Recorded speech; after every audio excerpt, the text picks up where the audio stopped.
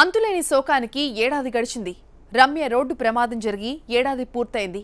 అయినా కుటుంబం ఇంకా షాక్ నుంచి కోలుకోలేదు. ఒకవైపు కుటుంబ సభ్యులను కోల్పోయి మరోవైపు ఆర్థిక ఇబ్బందులతో సతమతమవుతున్నారు.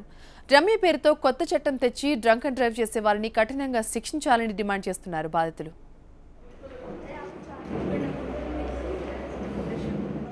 డ్రంక్ అండ్ డ్రైవ్ చేసే వారిపై కఠిన శిక్షలు అమలు చేయాలని డిమాండ్ చేస్తున్నారు రమ్య కుటుంబీకులు. జస్ట్ కౌన్సిలింగ్ అండ్ ఫైన్ తోని సరిపోదు. ఇప్పుడున్న సిట్యుయేషన్కి ఇది సరిపోదు. ఇంకా కట్టుదిట్టం చేయాలి, ఇంకా స్ట్రిక్ట్గా చేయాలి, రూల్స్ రావాలి.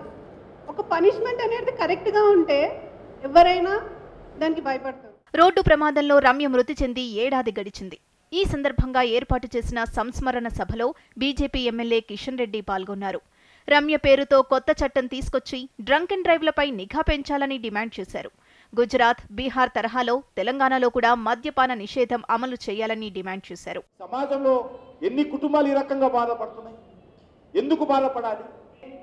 మద్యము నిషేధం చేస్తారో లేదో కానీ మద్యం నియంత్రించాల్సినటువంటి బాధ్యత ఉన్నది.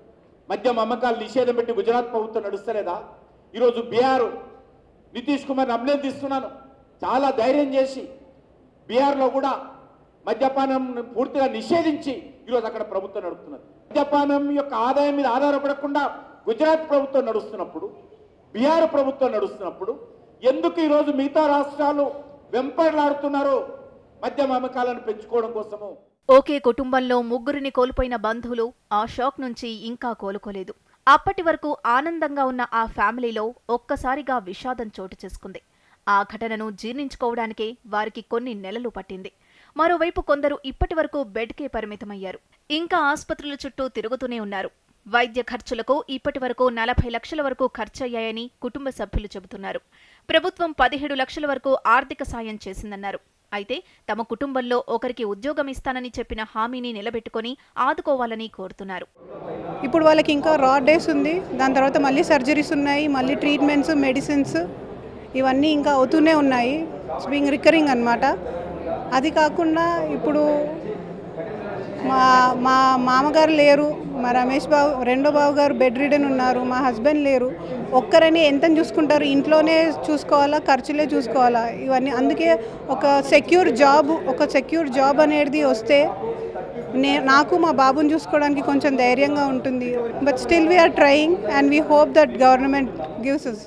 నా భర్త 4 కుటుంబాలు మాకు నష్టమైంది. నా కోడలికి నా కొడుక్కి నౌకరు రావాలని కోరుకుంటున్నాను. నేను నా కొడుక్కి నా కాలు లేదు, నడవలేడు. ఆయన 2 పిల్లలు, ఆడపిల్లలు. ఆయన జీవనాధారం ఏది లేదు. కోడలు కాలు ఎదిగి ఉంది. ఈ చిన్న పిల్లగాడు 3 ఏళ్ల బాబు నా మనవడు.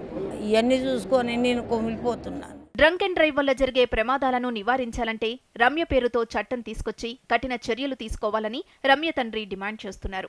కఠినమైన శిక్ష ఉంటే తప్పకుండా కూడా ఎవరు ఇలాంటి సంఘటనలు పునరావృతకుండా చేస్తారు.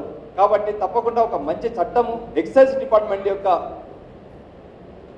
Rules and traffic department rules, at the same time విక్టిమ్స్కి ఒక ప్రొవిజన్స్తోని ఒక రమ్య చట్టం ఒక రూపకల్పన ఆవశ్యకత ఉంది.